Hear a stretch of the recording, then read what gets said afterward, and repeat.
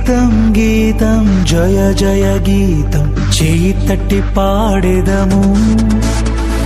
గీతం గీతం జయ జయ గీతం చేయి తట్టి పాడెదము. యేసురాజు లేచెను హల్లెలూయా జయమర్భటించెదము. యేసురాజు లేచెను హల్లెలూయా జయమర్భటించెదము.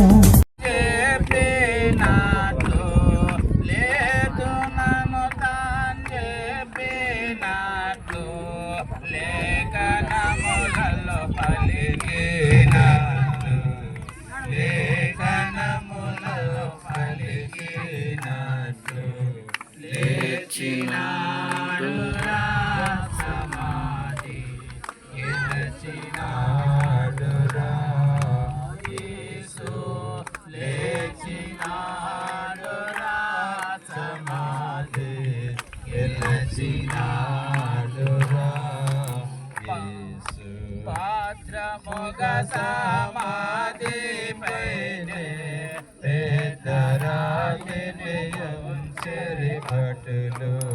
పాత్రముగ సమాధి పైనే పేదరాతిని ఉంచెరి భటులు. మూత్ర వేసి రాత్రి అంతా మూత్ర వేసి రాత్రి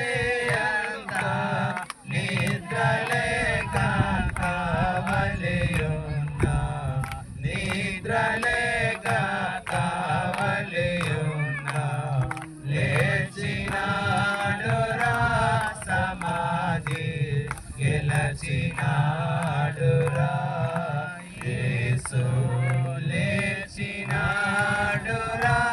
సమాధి గెలచినాడురా.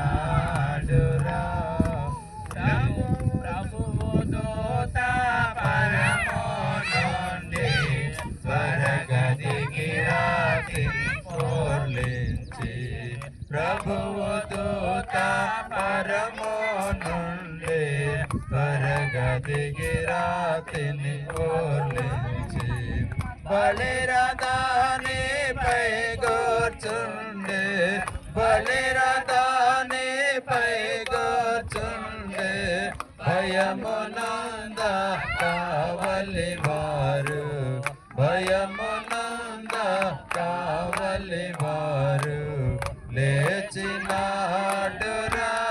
సమాధి గెలచినాడురా యేసు లేచినాడురా సమాధి గెలచినాడురా యేసు. పొడవక ముందే స్త్రీలు సిద్ధపరచిన సుగంధములను. పొడవక ముందే స్త్రీలు సిద్ధపరచిన సుగంధములను. చూడ లేచినాడురా సమాధి గెలచినాడురా యేసు లేచినాడురా సమాధి గెలచినాడురా యేసు. చూడ వెళ్ళిన స్త్రీలను దూత చూచి అప్పుడే వారి తోడ.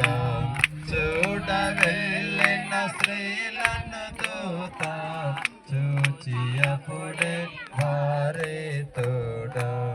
లేడు గలిలయ ముందుగా పోతూ లేడు గలిలయ ముందుగా పోతూ నాడు అప్పుడే లేచినాడు. నాడు అప్పుడే లేచినాడు. లేచినాడురా సమాధి గెలచినాడురా యేసు. కరుణించినాడు పాపులకై వచ్చినాడు.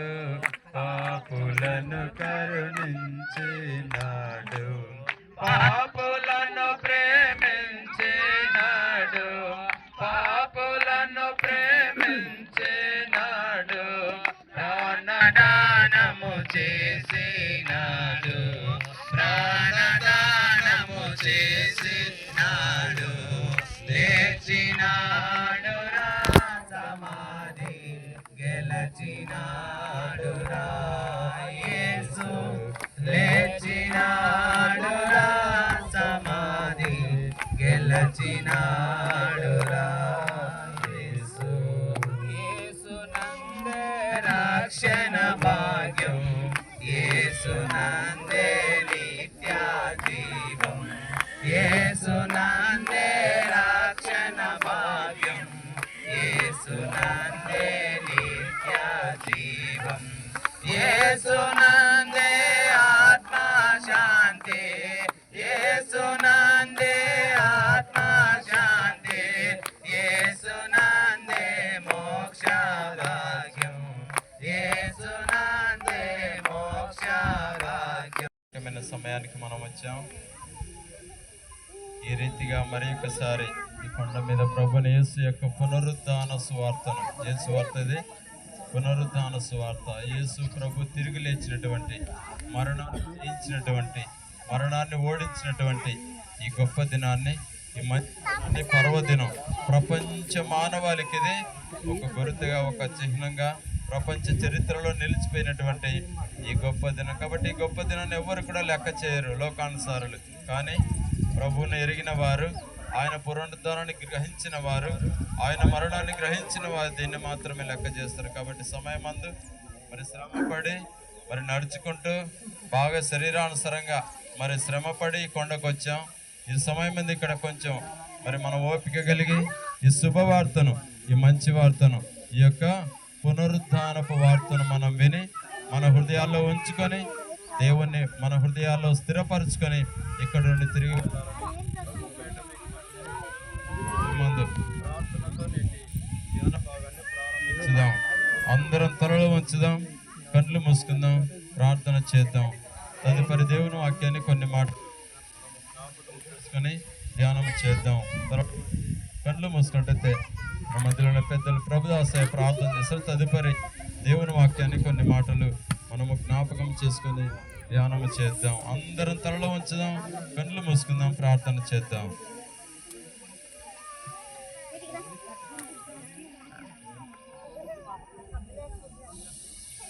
అందరూ తలల నుంచి కళ్ళు మూసుకున్నట్టు ప్రార్థన చేస్తున్నాం. మహాపరిశుద్ధుడమైన మా ప్రియ పరలోకపు తండ్రి, నీ కొందనాలు, స్తోత్రాలు, కృతజ్ఞత ఆస్తుతులు చెల్లిస్తున్నాం. చెల్లిస్తూ నీ నామమును ఘనపరుస్తున్నందుకు ఇచ్చిన కృపను బట్టి, ఇచ్చిన సమయాన్ని బట్టి దేవా నీ కొందనాలు, స్తోత్రాలు, కృతజ్ఞత ఆస్తుతులు.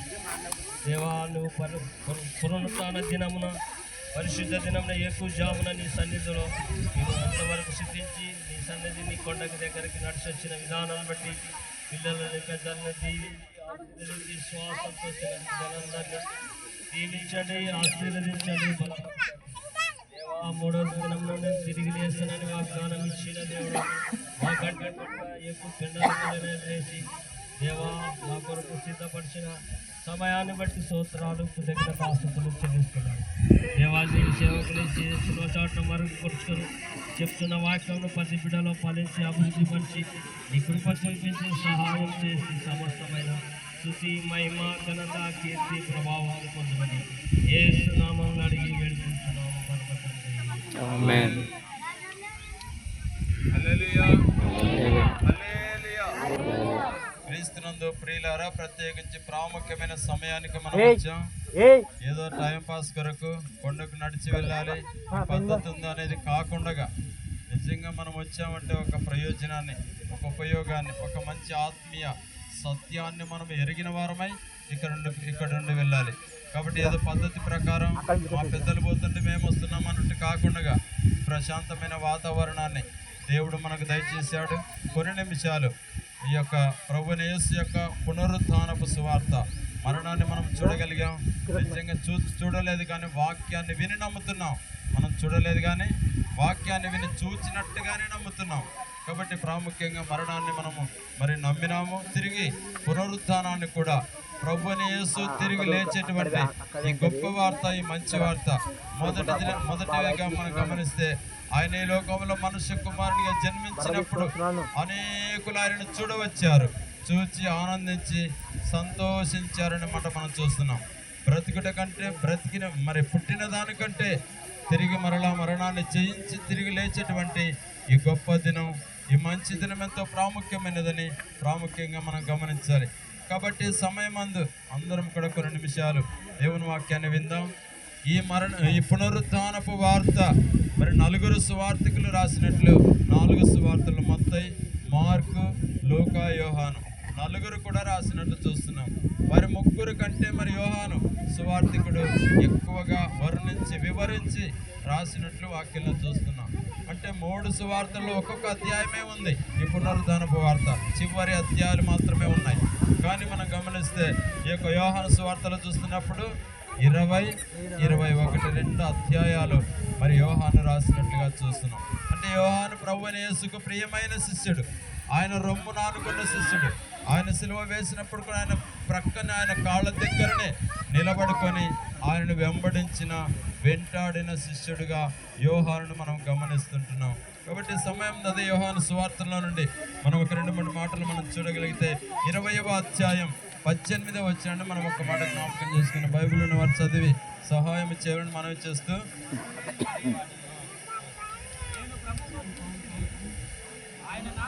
మరణాన్ని జయించిన ప్రభుని చూస్తాం అనుకుని బయలుదేరలేదు. వాళ్ళు ఎట్లా వచ్చినారు?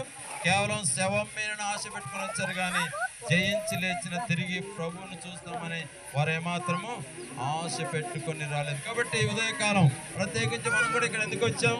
సజీవుడైన యేసును, పునరుద్ధానుడైన యేసును, మనందరి కొరకు మరణమును జయించినటువంటి ప్రభువును ఆరాధించడానికి, ఆయనను చూడడానికి, ఆయన ముఖ దర్శనం చేసుకోవడానికే కూడా వచ్చాం. కాబట్టి ఇది ఏమాత్రము సంతోషానికి, ఆహ్లాదానికి, ఏదో టైంపాస్ కొరకు అనేది చాలా వ్యర్థం అనేది ప్రాముఖ్యంగా మనం గమనించి ఇక్కడ చూస్తే అంటున్నాడు, మగ్దలేని మరియ వచ్చి నేను ప్రభువును చూసింది, ప్రభువును చూచింది ఆయన పునరుద్ధానుడైన దేవుడు. కాబట్టి నా హృదయ మన అంతరంగాలలో ప్రభువును చూచాననే సంతోషం ఉందా? లేకపోతే మనుషులను చూశాను, ఏదో కొంచెం టైంపాస్ వరకు వచ్చానని ఆ సంతోషం ఉంటే అది వ్యర్థం. నేను ప్రభువును, ఆయన ముఖ దర్శనాన్ని, ఆయన వాక్య రూపాన్ని నేను చూశాననేది మనం గమనించి గ్రహించాలి. అందుకే ఆయన మన మధ్యలో ఇప్పుడు ఎట్లున్నాడు? వాక్య రూపంలో ఆయన ఉన్నాడు. వాక్యముతోనే దేవుడు మాట్లాడుతున్నాడు. ఆనాడు భౌతికంగా మనుషుల మధ్యలో 33.5 సంవత్సరాలు జీవించాడు. కానీ ఈనాడు మాత్రం ఆయన మన మధ్యలో ఆత్మరూపిగా ఉన్నాడు. ఆయన వాక్య రూపంలో ఉన్నాడు. ఆయన వాక్యమే శరీరధారి అయి లోకానికి వచ్చినట్లు వాక్యంలో చూస్తున్నాం. కాబట్టి ప్రియులారా, ఇక్కడ చేరిన మనందరం కూడా స్త్రీలైనా, పురుషులైనా, యవనస్తులైనా, పెద్దలైనా ప్రతి ఒక్కరూ గమనించాల్సిన ప్రాముఖ్యమైన అంశం, నేను ప్రభువును చూచితిని అనేటువంటి సంతోషాన్ని మనం కలిగి ఉండాలి. ఆ ఆనందమే, ఆ సంతోషమే ప్రాముఖ్యమైనది. అది లేకుండా నీ లోపల ఏ సంతోషం ఉన్నా, లోకానుసారమైన, శరీరానుసారమైన ఏ ఆనందం ఉన్నా అది మనతో ఉండదు, అది మనలో ఉండదు. అది మనల్ని ఒకసారి నవ్వుల పాలు చేస్తుంది, అది మనల్ని ఒకసారి నిందల పాలు కూడా చేసే అవకాశం ఉంది. కాబట్టి ఆ రీతిగా కాకుండా మనమందరం కూడా ప్రభు అయిన యేసును నేను చూచితిని, ఆయన వాక్య రూపంలో ఉన్నాడు, ఆయన వాక్యాన్ని విన్నాను, నా హృదయంలో ఉంచుకున్నాను అన్నటువంటి ఆ ఆలోచన, ఆ తలంపు మనం కలిగి ఇక్కడ నుండి వెళ్ళాలని వాక్యం మనకు తెలియజేస్తుంది. గమనించాలని, నీ యొక్క పునరుత్థానపు వార్తను వినాలని వచ్చిన ఆశ కలిగి వచ్చిన ప్రతి ప్రాణాన్ని తృప్తిపరిచి సహాయం చేయమని, మహిమ పొందమని ప్రార్థిస్తూ ఈ సమయాన్ని ప్రారంభిస్తుండగా మీరు సహాయం చేయమని, పరిశుద్ధాత్మ దేవా మీరు ఆధిపత్యం వహించి మీరు ముందుని నడిపించి మీ నామానికి మహిమ కలిగించుకుందరని మీ పాదములకు స్తోత్రాలు చెల్లిస్తూ సమయ సహాయం